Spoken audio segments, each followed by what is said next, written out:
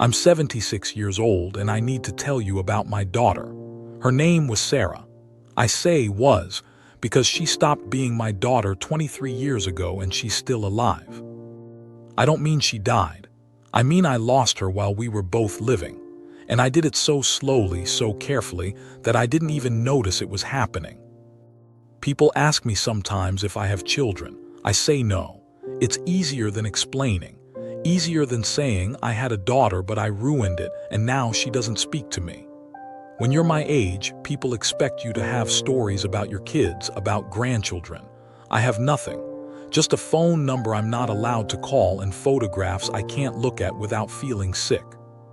I was 32 when Sarah was born, young enough that I thought I had unlimited time to figure out fatherhood, old enough that I should have known better. I worked in finance, long hours but good money. My wife Linda stayed home with Sarah those first few years. I'd come home at 8, 9 at night. Sarah would already be asleep. Linda would have dinner waiting, we'd eat quietly. I'd ask how the day was. She'd say fine. I'd go to bed. On weekends I worked, or I was tired from working. I told myself I was building something, security, a future, college fund, all the things a good father provides. Sarah learned to walk while I was at a conference in Chicago. Linda called to tell me. I said that's wonderful, I meant it. I just wasn't there. Her first word was Dada. I was there for that one. I remember feeling proud like I'd accomplished something, but I didn't understand what it meant. She was calling for me, and most of the time I wasn't there to answer. When Sarah was 6, she asked me to come to her school play. She was playing a flower, not even a speaking role, just standing there in a costume Linda made. I said I'd try. I had a client meeting. Important. The kind of meeting that could mean a promotion. I didn't make it to the play, got home at 10. Sarah was already asleep. Linda didn't say anything. She just looked at me for a long moment, then went to bed. I told myself Sarah wouldn't remember. She was 6. Kids that age don't form permanent memories of these things. I was wrong. The thing about being a bad parent is that you don't usually do one terrible thing. You just do 1,000 small things, little absences, tiny disappointments, barely noticeable on their own, but they pile up, and eventually they become who you are to that person. When Sarah was 10, she stopped asking me to come to things, recitals, games, school events. She'd mentioned them to Linda, but she stopped mentioning them to me. I thought that meant she was becoming independent, mature. What it actually meant was she'd given up on me. I didn't see it. I was too busy, too focused on work, too convinced that providing money was the same thing as providing love. My father had been the same way, distant, always working. I turned out fine, I told myself. Except I didn't turn out fine. I turned out exactly like him, and I was doing the same thing to my daughter that he did to me. By the time Sarah was 15, we barely spoke. We lived in the same house, ate dinner at the same table maybe twice a week, but we had nothing to say to each other. I didn't know her friends, didn't know what music she listened to, didn't know what she wanted to do with her life. Linda tried to tell me. "You're losing her," she said one night. We were getting ready for bed. I was checking work emails on my phone. I said something like, "She's a teenager. They're supposed to pull away." Linda said, "She's not pulling away. You were never close enough to pull away from."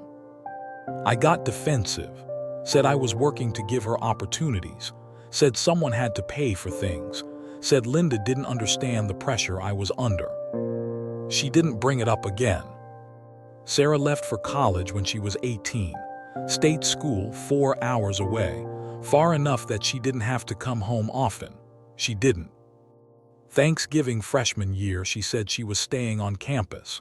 Christmas, she came home for 3 days, spent most of that time with friends. I told myself that was normal. College kids want to be independent. But there was a moment, Christmas Eve. Everyone had gone to bed. I came downstairs for water and found Sarah sitting in the dark living room just staring at the tree. I asked if she was okay. She said yes. I said okay, started to go back upstairs. Then she said, "Do you even know me?" I stopped, turned around, said, "Of course I do, you're my daughter." She shook her head. "You know facts about me, birthday, school, major, but you don't know me." I didn't know what to say, so I said something about it being late, about needing sleep. I went back upstairs. I lay in bed awake for hours, thinking about that question, trying to answer it honestly. I couldn't. I didn't know her. I knew her name and her face and the basic facts of her existence, but I didn't know what made her sad, what she dreamed about, what scared her.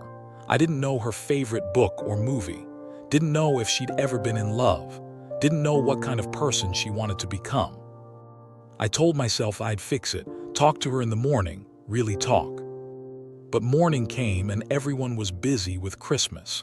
Then she left the next day, and I went back to work, and I told myself there would be time later.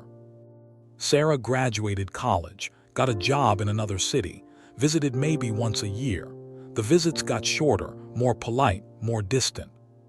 When she was 26, she got married. I found out 3 weeks before the wedding. Linda had known for months. Sarah just hadn't gotten around to telling me. The wedding was small. I walked her down the aisle. I gave a toast. I said all the things fathers are supposed to say. I don't remember what, I just remember Sarah's face. Polite, smiling for the guests. But when she looked at me, there was nothing there. No warmth, no connection, just duty. After the wedding, Linda told me Sarah had asked her to walk her down the aisle instead. But Linda said no, said it would hurt me.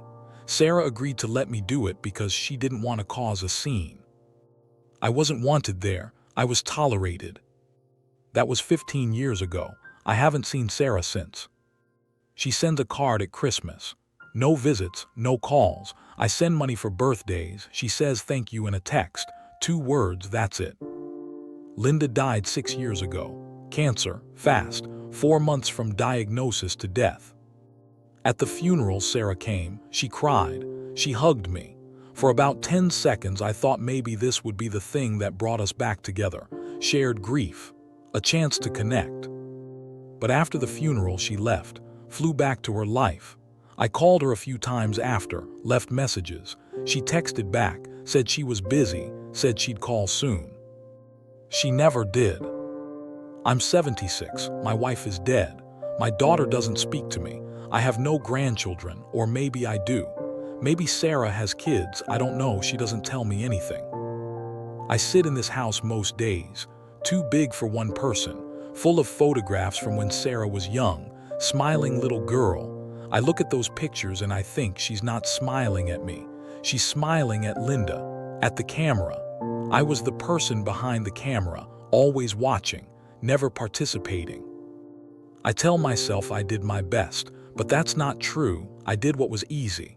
Work was easy. Making money was easy. Being present was hard. Being a father was hard, so I didn't do it.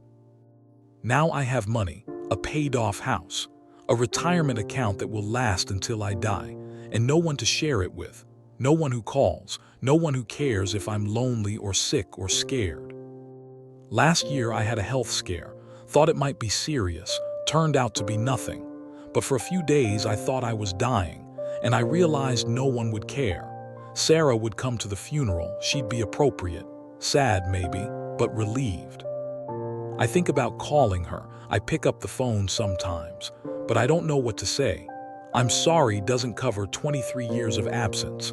I miss you is a lie. You can't miss someone you never knew. The truth is I didn't lose my daughter. I threw her away, little by little, day by day, meeting by meeting. I chose everything else over her until there was nothing left to choose. And now I'm old, and she's gone, and there's no fixing it. If you have children, I don't know what to tell you. I don't have advice. I just have this emptiness. I just know that time moves in one direction, and the people you love won't wait forever. They'll stop asking. They'll stop trying. They'll build lives that don't include you. And one day, you'll be 76 years old, sitting alone, realizing you traded your daughter for a career that doesn't matter anymore, for money that can't buy back a single missed bedtime, for success that means nothing because there's no one left who's proud of you. I don't know if Sarah thinks about me. I don't know if she's happy. I don't know if she's hurting or thriving or somewhere in between. I don't know my own daughter, and I never will.